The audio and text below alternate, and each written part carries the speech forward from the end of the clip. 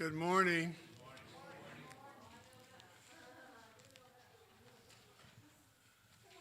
Good morning. It's nice to see all the smiling faces this morning and a few Christmas colors. And just like to welcome you all. I'm Herbert Lout, one of the elders here.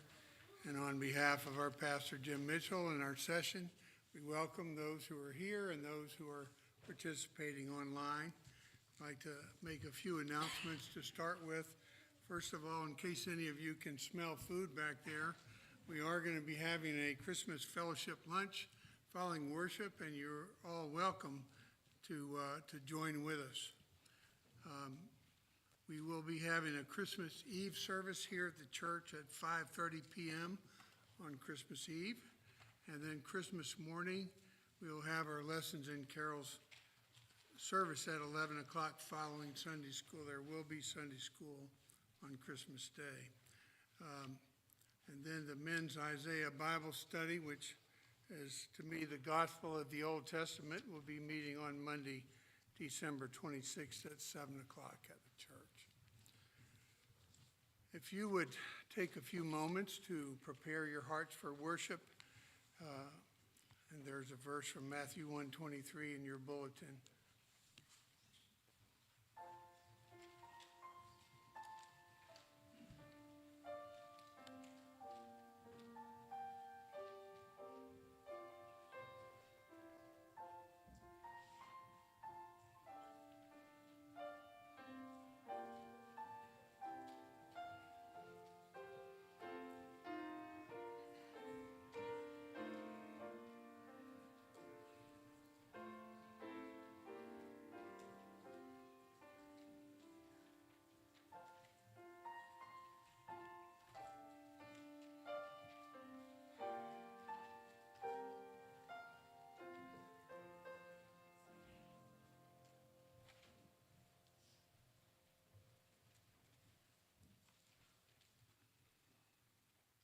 Our call to worship this morning is taken from the book of Zephaniah, chapter 3, and verses 14 to 17. Here's a promise to Israel for her joy and restoration, and I think that we can appropriate that promise with joy in our own hearts as we come to worship God together today. Sing aloud, O daughter of Zion. Shout, O Israel. Rejoice and exult with all your heart, O daughter of Jerusalem. The Lord has taken away the judgments against you. He has cleared away your enemies. The King of Israel, the Lord, is in your midst. You shall never again fear evil. On that day it shall be said to Jerusalem, Fear not, O Zion, let not your hands grow weak. The Lord your God is in your midst, a mighty one who will save. He will rejoice over you with gladness. He will quiet you by his love. He will exult over you with loud singing. Praise be to our God, who loves us enough to exult over us with loud singing. And we may now sing loudly to him as we sing his praises from Trinity Hymnal number 218, Angels from the Realms of Glory.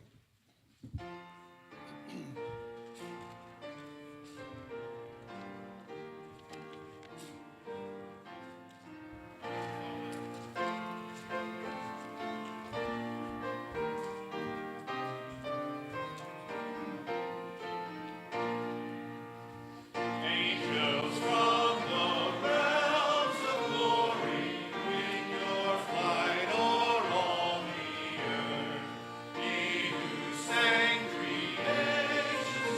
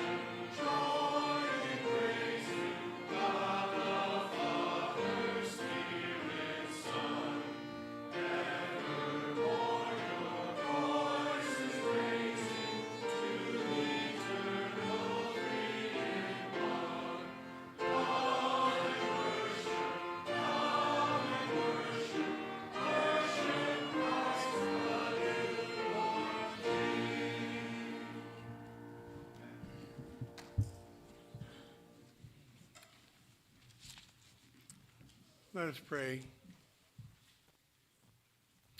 We come to thee, O Christ, to worship thee as we approach the time where we celebrate your coming to earth in flesh, where you have left your glory behind to take on the humbleness of a human being. Holy Spirit, we pray that you would enliven our hearts today to make us responsive to your word, that we might cleave to your word, and that we might be obedient servants. We pray that you would empower our pastor. God, be with us as we worship you. And we pray this in the name of Jesus Christ, our Lord and Savior, who taught his disciples to pray, saying, Our Father, who art in heaven, hallowed be thy name. Thy kingdom come, thy will be done, on earth as it is in heaven. Give us this day our daily bread, and forgive us our debts, as we forgive our debtors. And lead us not into temptation, but deliver us from evil. For thine is the kingdom, and the power, and the glory forever. Amen. Please be seated.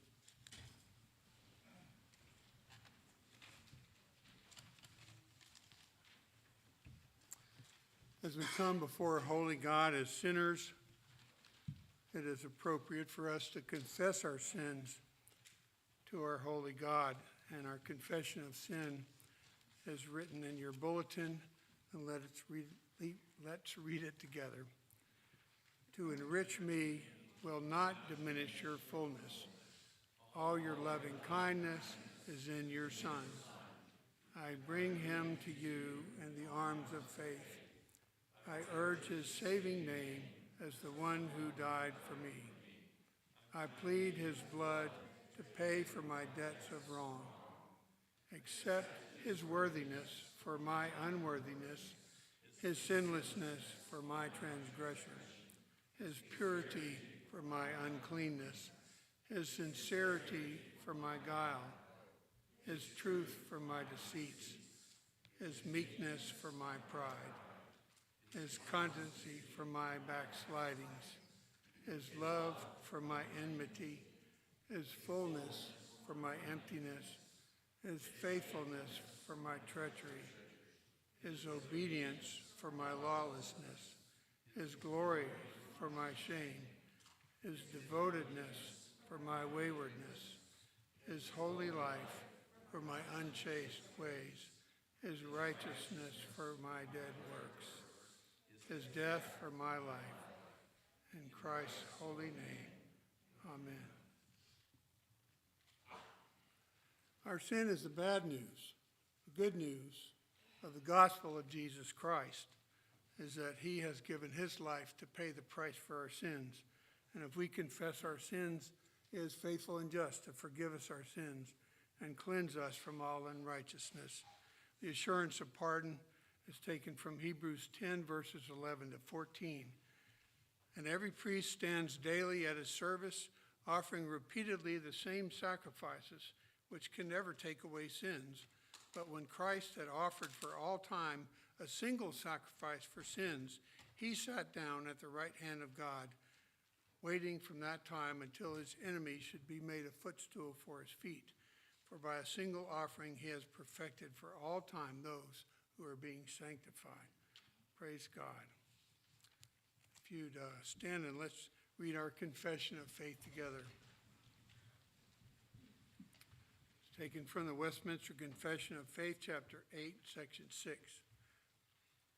Although the work of redemption was not actually wrought by Christ till after his incarnation, yet the virtue, efficacy, and benefits thereof were communicated unto the elect in all ages successively from the beginning of the world, in and by those promises, types, and sacrifices, wherein he was revealed and signified to be the seed of the woman which should bruise the serpent's head, and the Lamb slain from the beginning of the world, being yesterday and today the same and forever. Amen. Please be seated. And will the children come forward for the children's sermon?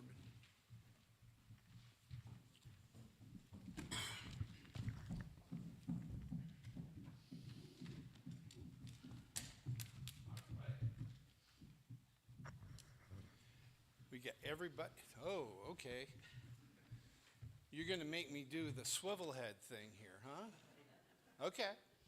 So, last week we talked about how Adam and Eve disobeyed God, right? And today I want you to listen really closely to the reading of the scripture, because you're going to hear how Adam and Eve respond to God when God says, "Did you eat of the fruit?" And Adam says,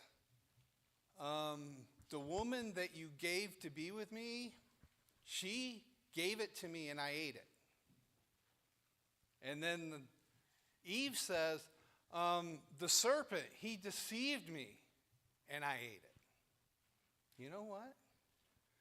Neither one of those are good reasons to disobey God.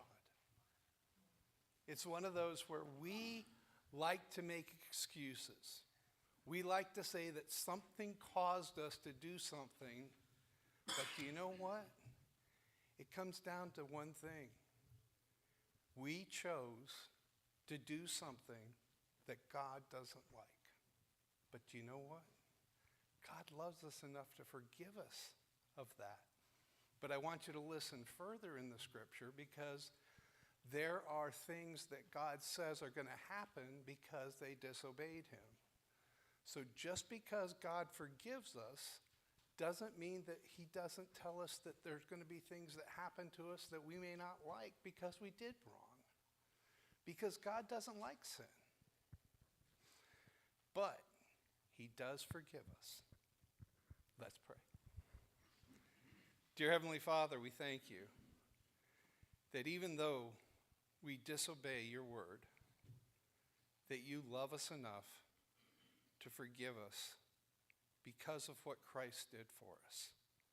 In Jesus' name we pray. Amen.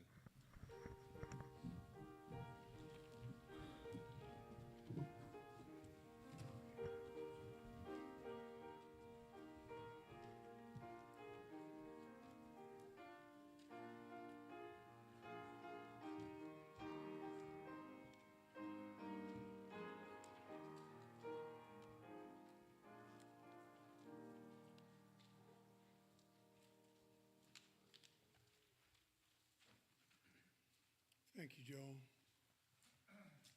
And bringing many sons to glory should make the founder of their salvation perfect through suffering. For he who sanctifies and those who are sanctified all have one origin. That is why he is not ashamed to call them brothers, saying, I will tell of your name to my brothers. In the midst of the congregation, I will sing your praise.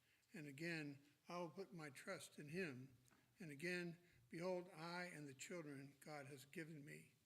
Since therefore the children share in flesh and blood, he himself likewise partook of the same things, that through death he might destroy the one who has the power of death, that is the devil, and deliver all those who through fear of death were subject to lifelong slavery. For surely it is not angels that he helps, but he helps the offspring of Abraham. Therefore, he had to be made like his brothers in every respect, so that he might become a merciful and faithful high priest in the service of God, to make propitiation for the sins of the people. For because he himself has suffered when tempted, he is able to help those who are being tempted. The word of the Lord.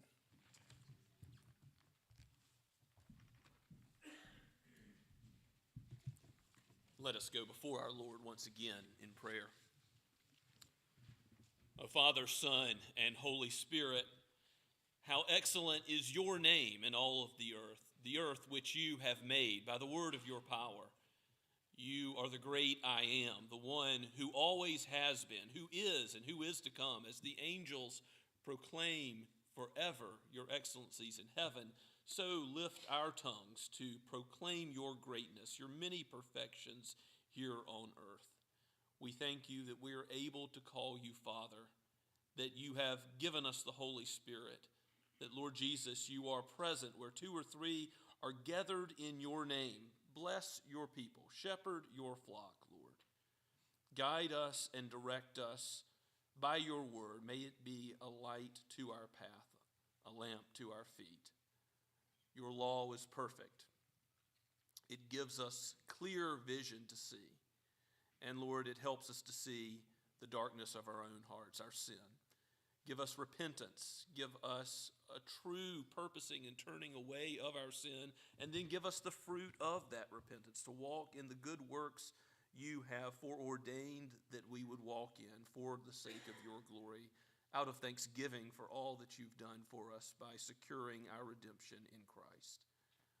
Lord, you have given us life and breath. You have brought us into your house today. You deserve all the glory, all the majesty, all praise ought to be ascribed to you. So use your word, implant it in us, that we may accept it as it really is, not the word of man, but your very word. And change us and allow us to give that good news, the story of redemption, to others. Give us courage to speak to our neighbors, to family members, to friends about what the Lord Jesus has done by becoming a human being and giving up his life as an atonement for our sin, living that righteous life that we have failed to live. Oh Lord, you are wise in your way of saving.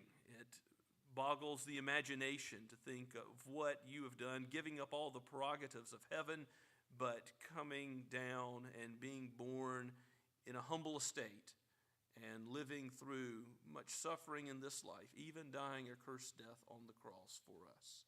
So let us serve you. Let us love you out of thanksgiving for this salvation.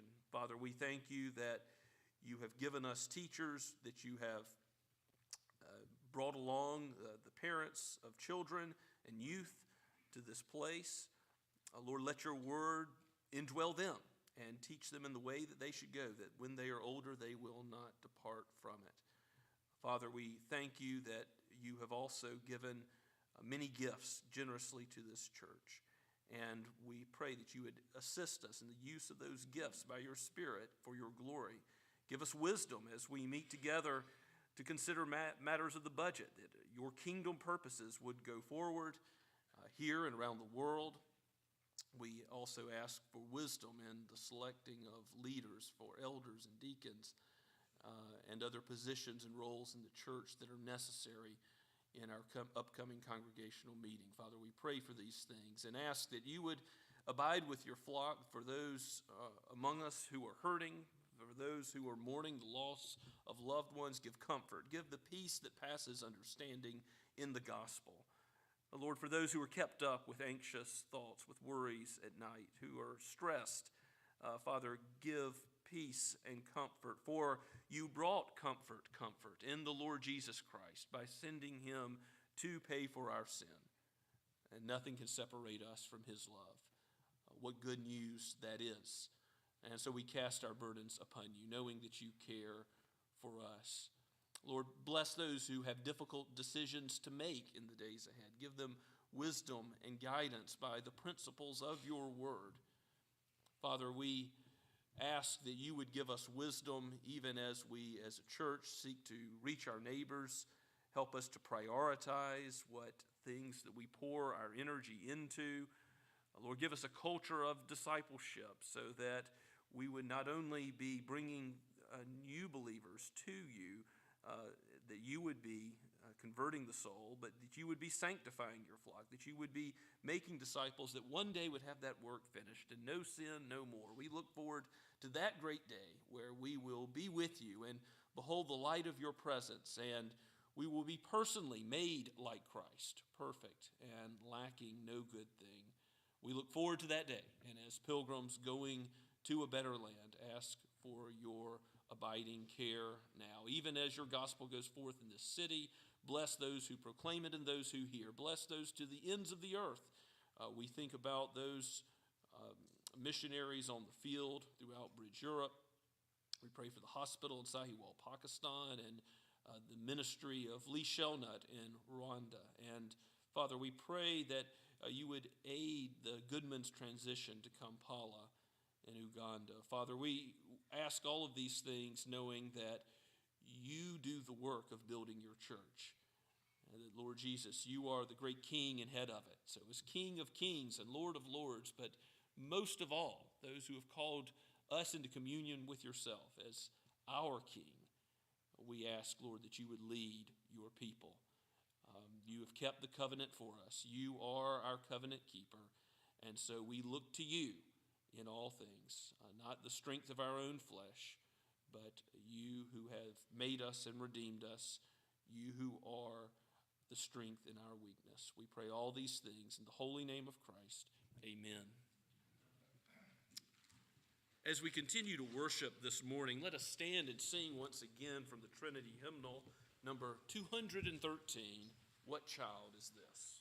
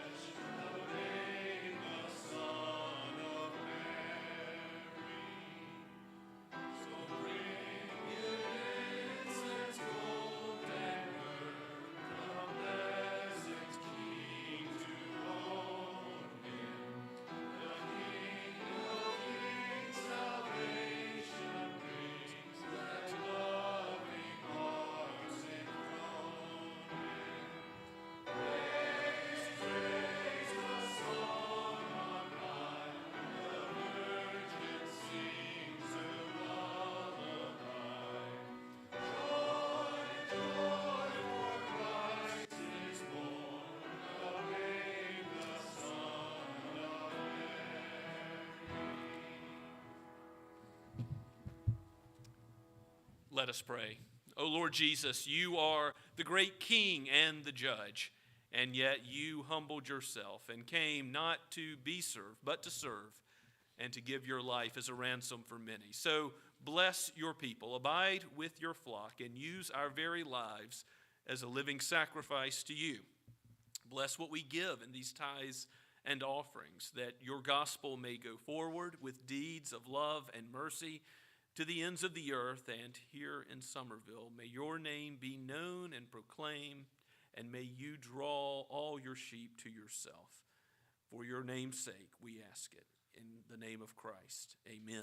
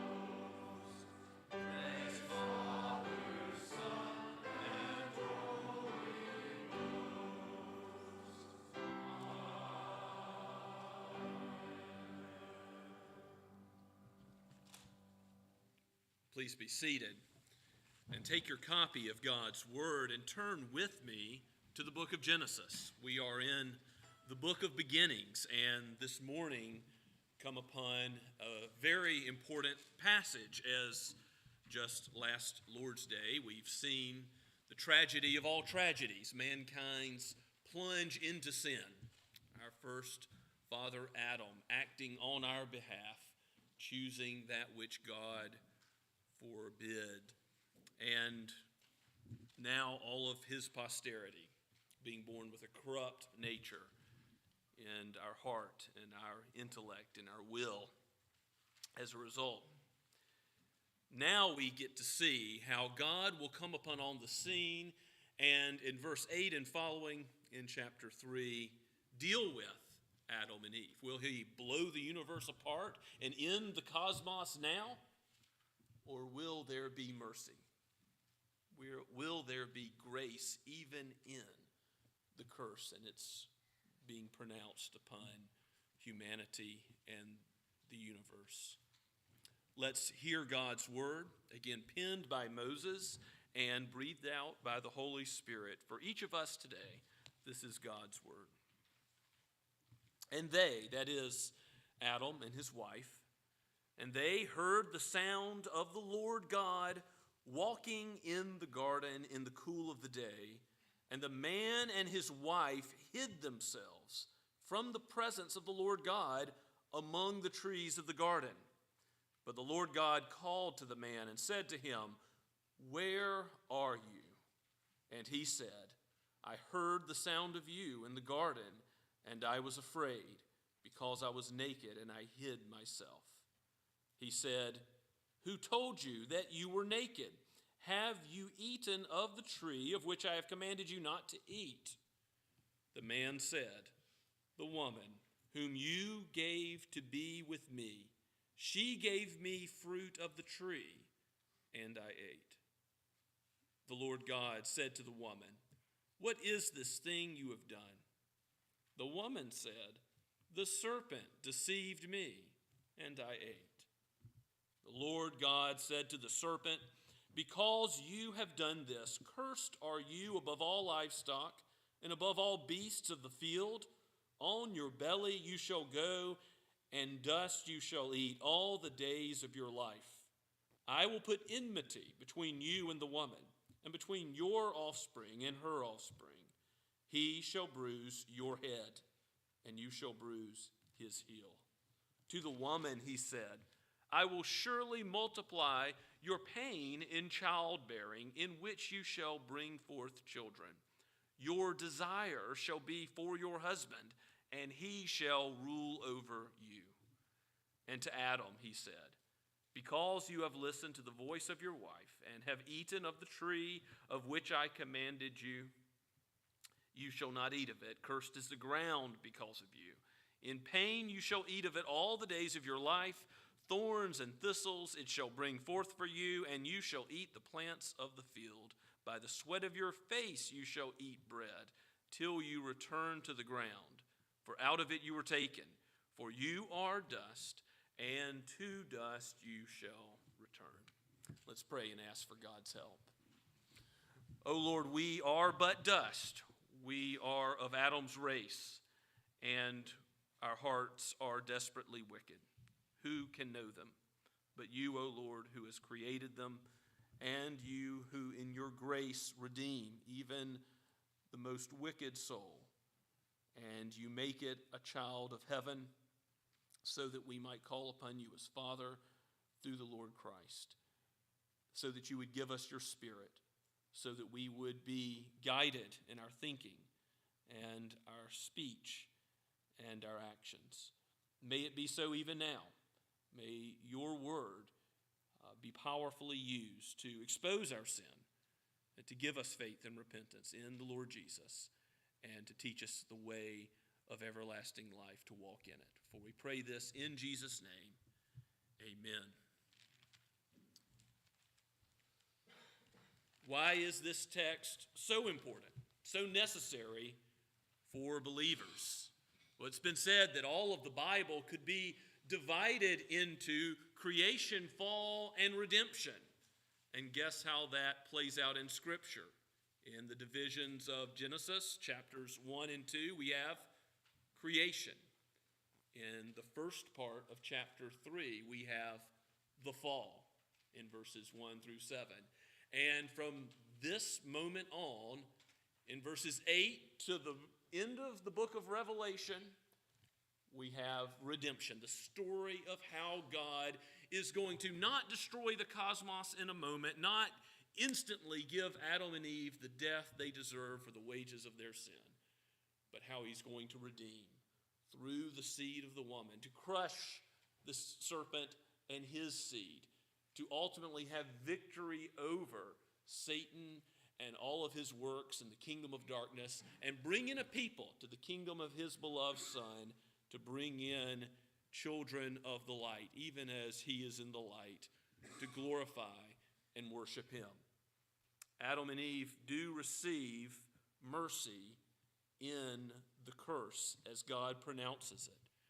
We see that they've sewn fig leaves together at the end of chapter 3, verse 7, and as they're hearing God in the garden, there's more than one way this might be taken, they hide.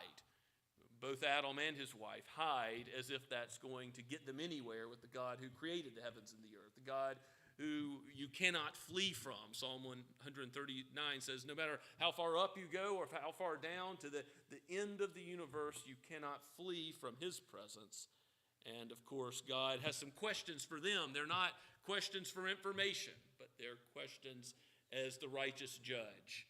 And he will determine what the appropriate punishment is for Adam and Eve. Even as he is just, he is merciful. I mentioned that the first verse could be taken in a different way. And this, depending on your translation, verse 8 is difficult to translate. Most versions say that the sound of the Lord God is heard walking in the garden in the cool of the day, or the wind of the day could be translated for the word cool as well. But it also could, the sound, it could anthropomorphically be God is heard in the garden, being specially present there. But the sound could also be associated with God's speech. So he's going to come and he's going to question Adam and Eve. And it could be that the sound of the Lord God is what Adam hears. And I've given you John Currid's translation of that verse in your outline, because I do think this seems reasonable to me, although perhaps the Lord made his presence known audibly otherwise. But they heard the voice of Yahweh going forth in the garden in the wind of the day, or the cool of the day. Perhaps that does make a more sense than the normal translation of verse 8. But regardless of how you translate the beginning of that verse, we see clearly that you can't hide your sin. Just as David was told by the prophet Nathan, you are the man, and his sin was exposed, his murder and his adultery with Bathsheba, and murder of her wife, her husband, Uriah. He was exposed for the sinner that he was, and he then writes Psalm 32 and Psalm 51 and confesses that sin and speaks about how his bones were wasting away when he hid that sin inside. The Lord called to the man and said, where are you? And he said, I heard the sound of you in the garden. Again, God's voice, or God's anthropomorphic walking presence. And I was afraid because I was naked and I hid myself. So God asks him, again, declaring as the judge, knowing that he has already violated the commandment that he's been given. He said, who told you that you were naked? Have you eaten of the tree of which I commanded you not to eat? And the man said, the woman you gave me. You gave to be with me. She gave me of the fruit of the tree and I ate. So he's blaming his wife, but he's also blaming the one who gave his wife to him, even God himself. A bold, blame-shifting move that avoids personal responsibility and justifies the action. And of course, the woman does the same thing. Verse 12, is followed by the Lord God said to the woman, "What is this thing you have done?" And the woman said, "The serpent deceived me, and I ate." And then from there, we have the proclamation of God's curse. And God is going to graciously start with the serpent. And we're going to see, we've already seen how Satan is using this animal as his agent. But this is a curse upon the beast for being used by Satan in this way. And then he's going to deal with the woman, and then finally man, the one who is ultimately responsible. So he's going to deal with even the excuses that were made, but ultimately he's going to bring it back to the covenant head, Adam himself. And so in Genesis, a curse upon him, "Cursed are you above all livestock, above all the beasts of the field. On your belly you shall go, and dust you shall eat all the days of your life." Well, eating dust is not good. Man is made of dust, and ultimately the highest condemnation and curse of this passage is that he's going to return to dust. God said, when you eat of the tree of the knowledge of good and evil, you will surely die. And Adam and all of Adam's race will die. They're already spiritually dead. They're already separated from God in communion with him. They're already hiding because of sin. And that physical death will come about because of the curse. But the snake presumably stood or crawled on all fours, but didn't have to slither in the dirt as it does today before this time where God created the snake to emulate differently. It now will eat dust all of its days. And verse 15 is where we mark the first promise of the gospel in the enmity that God is going to call down between the serpent and his offspring and the woman and her offspring. This is the first promise of the gospel. It's ultimately Christological. It points forward to Jesus and his coming. His incarnation is here in this text. "I will put enmity," that is an enemy-like relationship, an opposition, "between you and the woman," the serpent and the woman, "between your offspring and her offspring." And now ultimately that enmity is between Satan and his line, and between those who God will redeem through the woman, through Christ and his line, the kingdom of light and the kingdom of darkness. It's important to see that because there are some people who get a goofy kind of seed theology where they think that there's some people who, based on their ethnicity or something, have been descended from the serpent, and others, physical descendants, are from the seed of the woman. No, that's not what's going on. It's spiritual descent that's in view. The enmity between Christ and Satan will then have this two-kingdom clash throughout all of human history, and we see how that plays out in the book of Revelation. Well, Satan will be destroyed and cast into the lake of fire, and all of his angels and all those who followed him, all in his kingdom with him. The bruising of the head of one and the bruising of the heel of the other symbolizes that warfare. Obviously, the bruising of the head is a fatal blow. That's what Christ is going to do to Satan. But the bruising of the heel is a non-fatal blow. It's an injury. It looks as if like Satan's had his day when Christ goes to the cross. But that was the eternal foreknowledge and foreordained plan of God that he should go and give up his life to procure salvation in just that way. You're going to see how this clash between two seeds, the seed of those that God is redeeming through Christ and the seed of Satan. You're going to see how it plays out in the very next chapter in Genesis chapter 4. What happens in Genesis 4? You've got the physical descendants, both of Adam and Eve, Cain and Abel. So it's not a difference of physical descendants, but they're in the seed of the serpent at war already, and it will be from Genesis 3:15 to Revelation. And so Christ will win the victory. He will have the last word. Satan will be doomed, but he will be allowed for a time to do his best to assault those in creation. We get a glimpse of what that's like in several scriptures. In Job chapter 1, you see how sometimes when Satan brings suffering, it's because man is doing right. God is testing his servants in their faithfulness and supplying what they need to even withstand his assaults. Remember, we're called to call upon God as our Father, and those who are of Satan, Jesus says, have the devil as their father. Two seeds fighting against one another. And in Genesis 3:16, when God goes to the woman and pronounces a curse upon her, what will it have to do with? Childbearing, that unique role that God has given her. It says, I will surely multiply. It's an emphatic Hebrew construction. I will really multiply your pain in childbearing. In pain you shall bring forth children. And part of that, obviously, is the physical pain of labor, which no medical advances have been able to solve completely.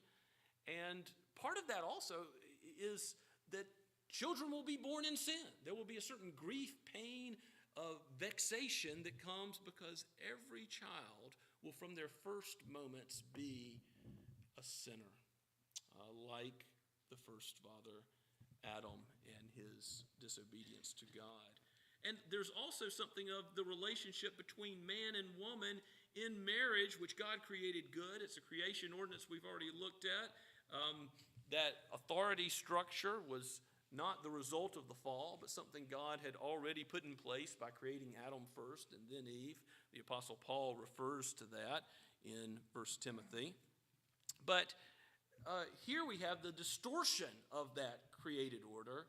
In the end of verse 16, God says, your desire, speaking to the woman, shall be for your husband, and he shall rule over you. Well, what does that mean? Many take the word desire to mean your affection or your longing for affection will be directed towards your husband, but that's not what's going on here.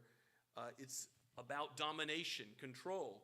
You shall desire to rule over him, but he shall rule over you, and not rightly, but harshly, too much. So marriage is now a battleground where there is a clash of wills. Two sinners are brought together, and we find that relationship to be just as old as the dynamics of blame shifting that we've already read about.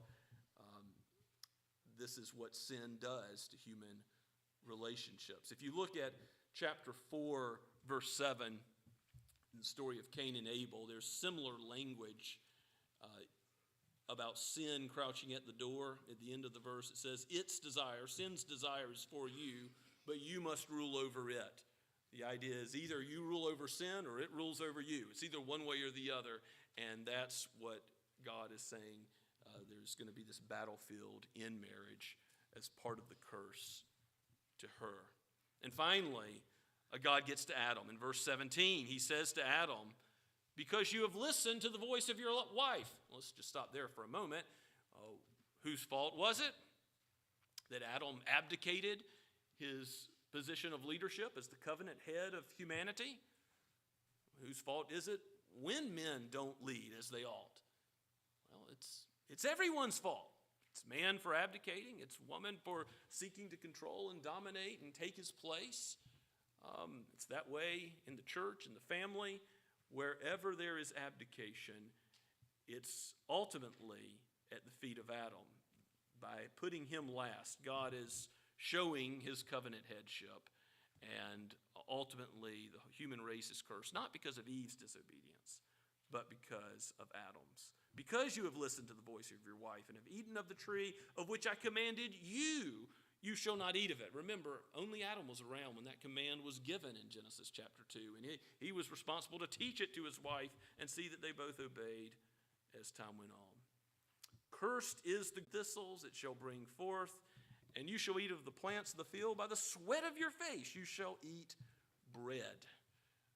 Work is now going to be difficult, now going to be hard. Remember, work is a creation ordinance. Like marriage, it was created good by God, that Adam would tend the garden. That's in chapter 2.